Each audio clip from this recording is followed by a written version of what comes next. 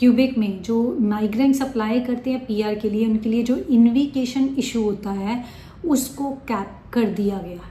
ये कैपिंग शुरू हो चुकी है। आज की वीडियो में इसके बारे में डिटेल में बताऊंगी और साथ में ये भी बताऊंगी जो रिसेंटली कंट्रोवर्सी बिटवीन इंडिया और कनाडा के बीच में है उसका माइग्रेशन के ऊपर क्या असर होगा। सो वीडियो होने जा रहा है इन्फॉर्मेटिव। डिटेल्ड इन्फॉर्मेशन के लिए कृपया करके वीडियो को अंत तक देखिए। ऐसी अपडेटेड इन्फॉर्मेशन के लिए हमारे यूट्यूब के चैनल को सब्सक्राइब कीजिए और हाँ, इंस्टाग्राम पे मैं फॉलो ज़रूर कीजिए। काफ़ी लोग कनाडा में पीआर अप्लाई करते हैं, तो जब भी वो पीआर अप्लाई करते हैं ना, तो उनको उनकी प्रोफाइल की रैंकिंग के अकॉर्डिंग इन्विटेशन जाता है। लेकिन क्यूबेक इसमें मेजर चेंज लाने जा रहा है। लाने क्या जा रहा है, कर ही दिया है। 9 अक्टूबर 2024 ऑनवर्ड्स ये 1 ईयर के लिए कैपिंग इंट्रोड्यूस हो चुकी है जो 9 अक्टूबर 2025 तक रहेगी। इसके अंतर्गत ये कैपिंग में करने क्या जा रहा है क्यूबेक, इसमें इनका जो मेन टारगेट है डाइवर्सिटी लाना, और इसके अंतर्गत जो एक देश के लोग हैं उनको टोटल इन्विटेशंस में से 25% इन्विटेशन जाएंगे। अब इसको ध्यान से समझते हैं। सपोज 100 जो हैं वो जा रहे हैं इन्विटेशंस। अगर उसमें हम अलग अलग नेशनैलिटीज़ के लोग की बात करें, उनमें अगर इंडियंस 50 हैं और 30 हैं चाइनीज़, एक एग्जांपल लेके समझा रही हूँ। और अगर जैसे इन्विटेशन जाता है तो चाहे 50 इंडियंस हैं 30 चाइनीज़ हैं, उनमें से 25 इंडियंस और 25 चाइनीज़ को ही जाएगा। मतलब एक टाइम पे 25 से ज़्यादा लोगों को इन्विटेशन नहीं जाएगा अगर वो सेम कंट्री से बिलोंग करते हैं। तो ये तो रहा क्राइटेरिया। अब पर्पस मैंने बता दिया, वो चाहते हैं कि जो उनका रेगुलर स्किल्ड वर्कर प्रोग्राम है उसमें डाइवर्सिटी लाए। इसके लिए उन्होंने लीगल चेंजेस भी कर दिए हैं क्यूबेक इमिग्रेशन एक्ट में, तो ये इम्प्लीमेंट हो भी चुके हैं। सो गाइज, अब इसमें हो क्या रहा है, इसमें मतलब आने वाले टाइम में माइग्रेंट्स को क्या चैलेंज फेस करने पड़ सकते हैं। सबसे पहले जो इम्पैक्ट पड़ेगा वो ये है कि जो कंपटीशन है, माइग्रेंट्स जो अप्लाई करते क्यूबेक में पीआर, उनमें कंपटीशन बढ़ गया। हर बंदा कोशिश करेगा अपना प्रोफाइल को और अच्छा करने का, क्योंकि अगर एक कम्युनिटी के लोग ज़्यादा हैं, एक कंट्री के लोग ज़्यादा है वहाँ पर, तो क्यूबेक सिर्फ 25% को ही जो ITA इशू करेगा, इन्विटेशन इशू करेगा। तो उस केस में उनको अपना प्रोफाइल और अच्छा करना पड़ेगा। अब प्रोफाइल अच्छा करेंगे, हो सकता है अपना एजुकेशन को इंक्रीज़ करें, हो सकता है लैंग्वेज स्कोर्स को इंक्रीज़ करें, कुछ भी। तो ऑब्वियसली प्रोफाइल अच्छा हुआ मतलब स्किल हो गई या टैलेंट बंदे में और ज़्यादा हो गया।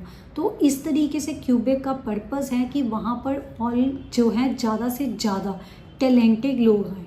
वो चाहते हैं कि फ्रैंकोफोन इंटेग्रिटी मेंटेन रहे, तो इस चीज़ को लेके ही उन्होंने ये काम किया है। ऑब्वियसली डाइवर्सिटी तो उनका पर्पस है ये।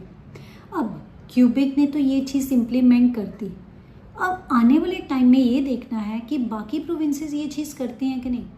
अगर ओंटारियो की बात करें तो सबसे ज़्यादा जो माइग्रेशन है, चाहे वो कैपिंग की बात कर लो, किसी भी चीज़ की बात कर लो, सबसे ज़्यादा ओंटारियो के हिस्से में चीज़ें आती हैं माइग्रेशन के केस में। स्टूडेंट्स भी वहाँ जाते हैं, तो ऑब्वियसली पीआर के लोग भी सबसे ज़्यादा ओंटारियो में ही जाते हैं। सो आने वाले टाइम में क्या ओंटारियो इस चीज़ को फॉलो करता है?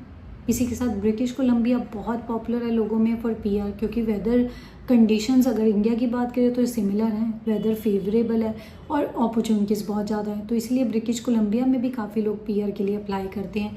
तो क्या वो भी ये चीज़ फॉलो करेगा? अल्बर्टा भी काफ़ी हद तक माइग्रेंट्स पे बेस है। काफ़ी उसके ऐसे क्रिटिकल सेक्टर्स हैं जहाँ पर उनको लोकल लेबर नहीं मिलती।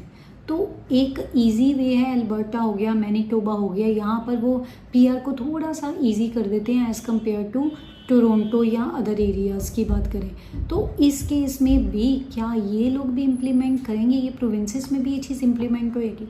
अब मैं ये क्वेश्चन क्यों कर रही हूँ, अगर हम जो रिसेंटली कनाडा में PGWP चेंजेस की बात करें, उसमें LMIA रिलेटेड चेंज आया, स्पेशली लो वेज वर्कर्स को लेके। तो सबसे पहले क्यूबेक ने शुरू किया था, उसके बाद ये पूरी कंट्री में इम्प्लीमेंट हो गया। अब आने वाले टाइम में देखते हैं जो क्यूबेक चीज़ को शुरू करने जा रहा है, क्या वो पूरी कंट्री में इम्प्लीमेंट होती है? तो ऑब्वियसली कौन सी कंट्री के लोग ज़्यादा इफेक्टिव होंगे? मुझे तो लगता है इंडियंस और चाइनीज़।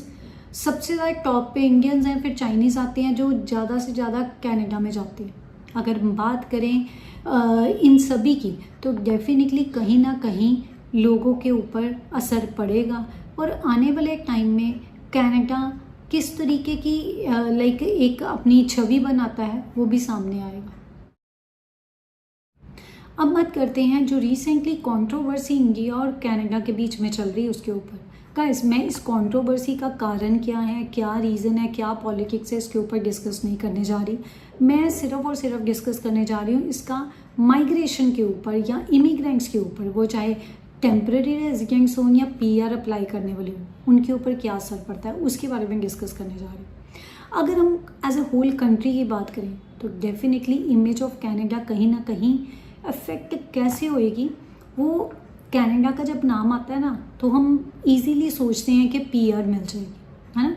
बच्चे और जानवर में स्टडी करते हैं और करते भी हैं बच्चे स्टडी वहाँ पे, ऐसी बात नहीं है। चाहे वो डिप्लोमा लेके गए हैं, ऐसा नहीं है कि डिप्लोमा करते करते ड्रॉप आउट हो गए और इलीगल हो गए। मेजॉरिटी ऑफ स्टूडेंट्स अगर वहाँ पे जाते हैं तो पढ़ते हैं, और काफ़ी ऐसे लोग हैं जो अपनी कंट्री से पीआर लेके जाते हैं, या काफ़ी ऐसे लोग हैं उनको पता है कि वो किसी पर्टिकुलर वीज़ा में जाएंगे, आगे उनके लिए पीआर का पाथवे बन जाता है। तो कनाडा भी अपनी तरफ से हर एफर्ट लगाता है कि कहीं ना कहीं जो ये मतलब इमिग्रेंट्स हैं वो आए वहाँ पर और कनाडा को और ज़्यादा अच्छा उसकी इकोनॉमी में कंट्रीब्यूट करके उसको बनाए और ज़्यादा स्ट्रॉन्ग बनाए। तो कहीं ना कहीं उसकी ये इमेज पे इफ़ेक्ट पड़ सकता है। अगर हम बात करें इंडिया और कनाडा के रिलेशन की तो डेफिनेटली उस पर तो असर पड़ ही गया है।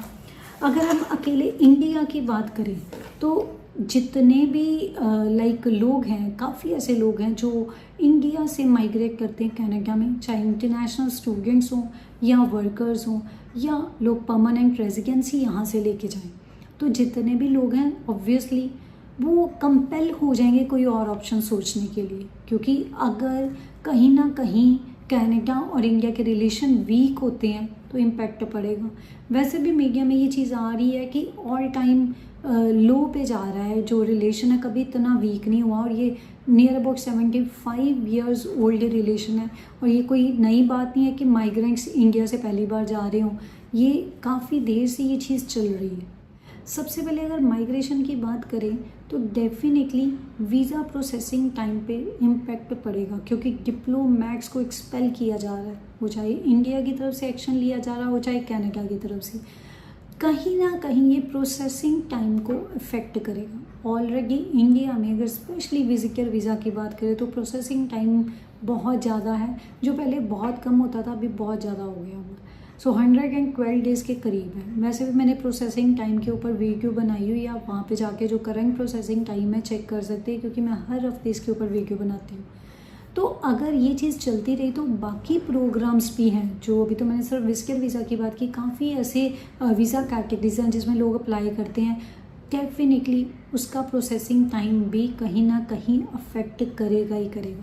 काफ़ी से इंटरनेशनल स्टूडेंट्स हैं जो जाते हैं कनाडा में पढ़ने, तो स्टडी परमिट्स पे भी इम्पैक्ट पड़ेगा इसका, और इसी के साथ जो ट्रेड होता है कनाडा और इंडिया में उस पर भी बहुत इम्पैक्ट पड़ने जा रहा है। सो गाइस, ये तो रही आज की अपडेट। डेफिनेटली इसके ऊपर जैसे ही अपडेट्स आती जाएंगी आपके साथ वीडियो बना के ज़रूर शेयर करूँगी। धन्यवाद कि वीडियो को आपने अंत तक देखा। ऐसी अपडेट की इन्फॉर्मेशन के लिए हमारे यूट्यूब के चैनल को सब्सक्राइब कीजिए, इंस्टाग्राम पे में फॉलो ज़रूर कीजिए।